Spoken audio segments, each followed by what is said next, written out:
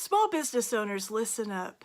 If you were to die unexpectedly, is there a plan in place as to what would happen with your business?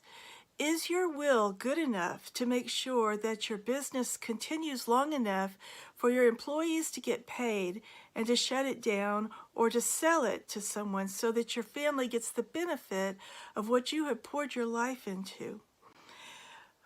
My name is Laura Hurd, and I am an attorney who has practiced probate and family law in San Antonio, Texas, since 1987. And for 35 years, I've been advising small business owners on what to do to make sure that the transition is as soon as possible and as smoothly as possible if you were to pass away. And remember, none of us knows for sure when we're going to pass away. It could happen unexpectedly and suddenly.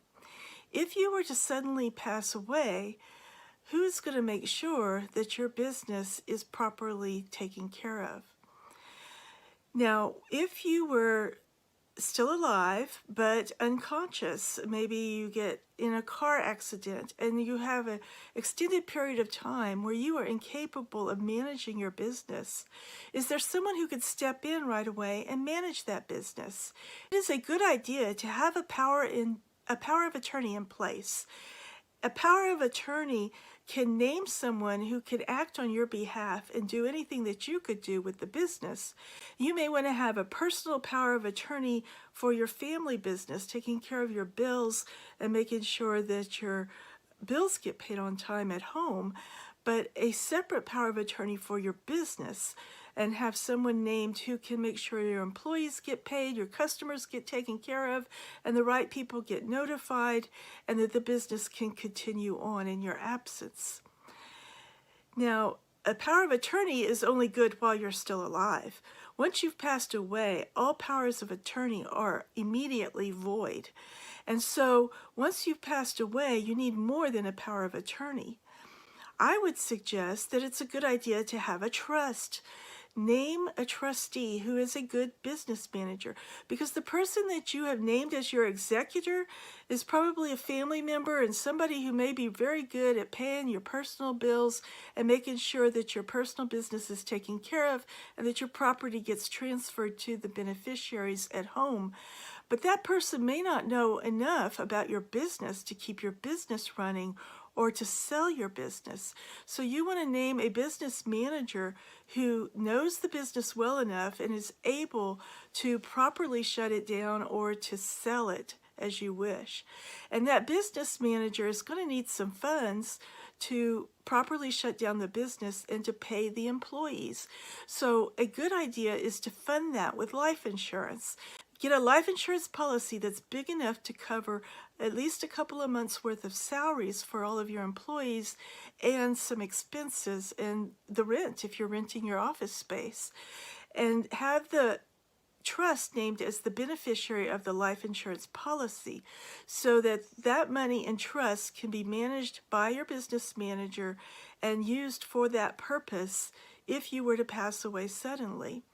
And then you want to make sure that you have some instructions for that business manager. For instance, things have a way of disappearing when the word gets out that someone has passed away. So your business manager should get in there as soon as possible, change the locks, and control who comes and goes out of your business. If you have multiple employees that have keys and stuff starts disappearing from your office because you're not there, there may be people who don't even know what was there to begin with or who took it. So it's a good idea for your business manager to be supervising who comes and goes and to always be present in the office whenever your employees are there present working.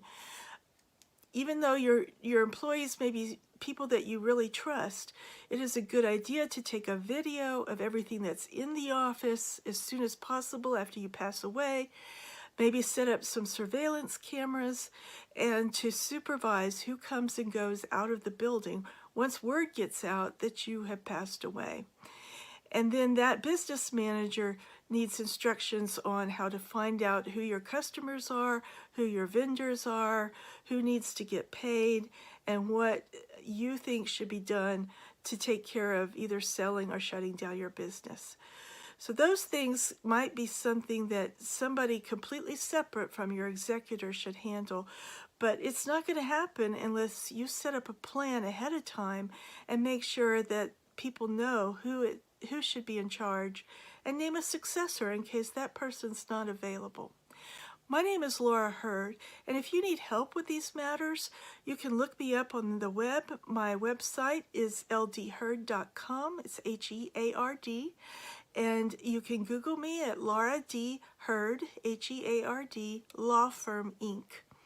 I look forward to talking with you soon.